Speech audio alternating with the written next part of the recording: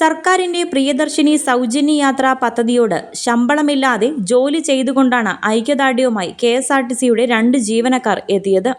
പദ്ധതിയുടെ ഭാഗമായി മൂന്നാറിൽ നിന്നും ആരംഭിച്ച് അടിമാലിയിൽ എത്തിച്ചേർന്ന KSRTC ബസ്സിലെ ഡ്രൈവറായ സാബുവും മുഹമ്മദുമാണ് സൗജന്യ യാത്രാ ബസ്സിൽ സൗജന്യമായി ജോലി ചെയ്തത്.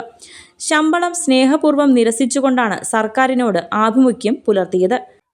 നമ്മുടെ കേരളത്തിലെ UDF സർക്കാരിന്റെ തെരഞ്ഞെടുപ്പ് വാഗ്ദാനങ്ങളിൽ ഒന്നായ ഇന്ദിരാ ഗ്യാരണ്ടി പ്രിയദർശിനി സ്ത്രീകൾക്ക് മാത്രമായി സൗജന്യ യാത്ര എന്നൊരു വാഗ്ദാനം നൽകിക്കൊണ്ട് ഈ സർക്കാർ അധികാരത്തിലെത്തിയപ്പോൾ സർക്കാരിൻ്റെ ആദ്യം തന്നെ പറഞ്ഞ വാക്ക് പാലിക്കുക എന്നുള്ളതിൻ്റെ ഒരു നടപടിയുടെ ഭാഗമായി KSRTCയിൽ നടപ്പാക്കുന്ന ഈ പ്രിയദർശിനി സൗജന്യ യാത്രാ പദ്ധതി, ആ പദ്ധതി ഇംപ്ലിമെൻ്റ് ചെയ്തപ്പോൾ തന്നെ അതിൻ്റെ ആളുകളുടെ എല്ലാം ഇതിനു വേണ്ടി ഇതിൻ്റെ ഉപയോഗം കിട്ടുന്ന എല്ലാ സ്ത്രീകളും അവരുടെ ഒരു സന്തോഷം നമ്മളെയൊക്കെ വിളിച്ചറിയിക്കുകയും അതനുസരിച്ച് ഇന്ന് ജൂൺ 15-ാം തീയതി നമ്മൾ മൂന്നാറിൽ വെച്ചിട്ട് ഇതിൻ്റെ ഒരു ഉദ്ഘാടനം തിരുവനന്തപുരത്ത് നമ്മുടെ ബഹുമാനപ്പെട്ട മുഖ്യമന്ത്രി VD സതീശൻ സാറാണ് ഇത് ഉദ്ഘാടനം ചെയ്തത്.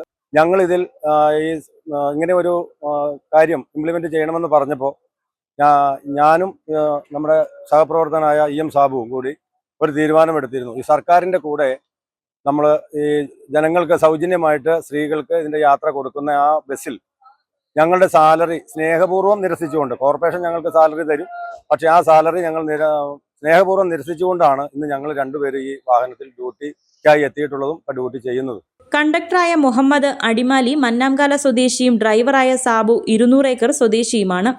ഇരുവരും വർഷങ്ങളായി KSRTC ജീവനക്കാരാണ്. സർക്കാരിന്റെ ഈ പദ്ധതി എല്ലാ സ്ത്രീകളും ഉപയോഗപ്പെടുത്തണമെന്നാണ് ഇവർ പറയുന്നത്. മൂന്നാർ ഡിപ്പോയിൽ നിന്നുള്ള 26 ഓർഡിനറി ബസ്സുകൾക്കാണ് ഈ സേവനം ലഭ്യമാകുന്നത്. പദ്ധതി നടപ്പാക്കിയതിൽ ബസ്സിലെ യാത്രക്കാർക്ക് മധുരമിഠായി വിതരണം ചെയ്താണ് ഇവർ സന്തോഷം പങ്കുവച്ചത്. News bureau, Adimali.